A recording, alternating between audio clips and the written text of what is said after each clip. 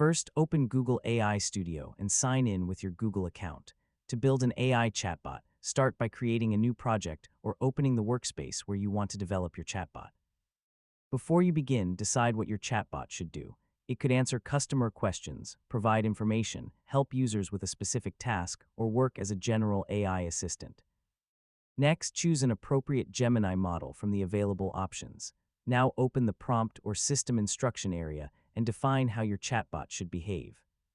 For example, you can tell it to act as a helpful customer support assistant, answer clearly, stay focused on the user's question, and ask for clarification when necessary.